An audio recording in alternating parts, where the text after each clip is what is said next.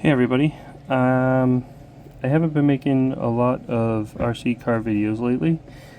This is kind of my hobby as of right now. The weather hasn't been the best. It just started getting better, but then it started raining, so I haven't been able to get out to do any RC car videos. So this is what you would expect if you want Pac-Man frogs. So I started bioactive Pac-Man frog enclosures. This one is probably the most bioactive that's in the front here. What you are looking at right now is currently 4 cages or 4 aquariums with Pac-Man frogs in them, one right after the other. There's 4 in a row. The first one's a 10-gallon, the other 3 are 5.5 gallons, and they are currently housing juvenile or younger Pac-Man frogs. The one in the front is an albino, and then a normal green, and then a Suriname green, and a Suriname brown. And then I also have a lime green. Right there you can see his head. The lime green albino. Right there. As of right now, this one and this one have like tripled. Oh, and him. They eat fantastic. If you want a pet that is really hardy, that is relatively easy to take care of, once you get the enclosure set up, a Pac-Man frog is probably the way to go.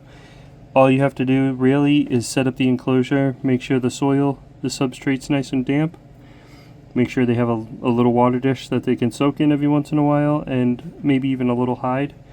But what they're mainly going to do is they're just going to hide in the soil, and when you feed them, that's probably the most fun, because you can feed them with tongs with little rubber pieces on the ends of the tongs so they don't get hurt, and you can tong feed them basically small mice as they get bigger. You can feed them crickets, mealworms, night crawlers, hornworms, waxworms, mealworms, all kinds of different things. Silkworms, all kinds of stuff, and they'll take it. And then as they get bigger, you can feed them mice as a treat. They're a little fatty, so you don't want to feed them mice all the time, but they're fantastic pets. And like I said, they're relatively easy to take care of. You keep the temperatures between 72 and really low 80s, maybe 80 to 83. Nothing higher than, I would say nothing higher than 80, like 2-ish. They're awesome. My tanks are all bioactive. I have springtails. I'm getting some isopods. Right now, this one right here has the springtails in it. I haven't been able to find isopods locally in any of the pet stores. Petco has some of the Josh's Frog stuff, but it's kind of hard to find that stuff. This is pothos. This is actually a live plant inside the terrarium. I have one little piece of pothos in each one. It does vary what plants you can kind of keep with these guys. And there's certain types of isopods and certain types of springtails that you want to keep with these guys, because these guys they are very food aggressive. And they're not incredibly handleable frogs. Because just for the simple fact that they are frogs. Frogs in general, you don't really want to handle. If you're in their tank, you want to make sure you wear gloves, so you don't, because anything that is on your hands will get on the frog and they'll absorb it and it'll hurt them.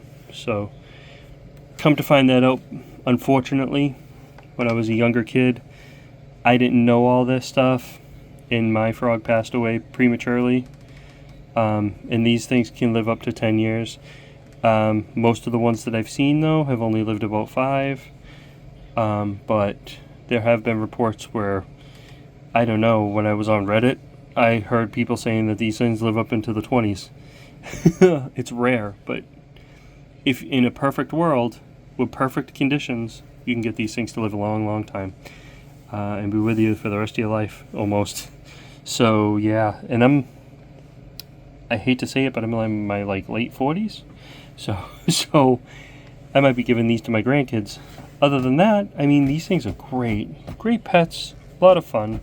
I'll get back to my RC car videos soon. I got a ton of them. Alright, have a great day, guys.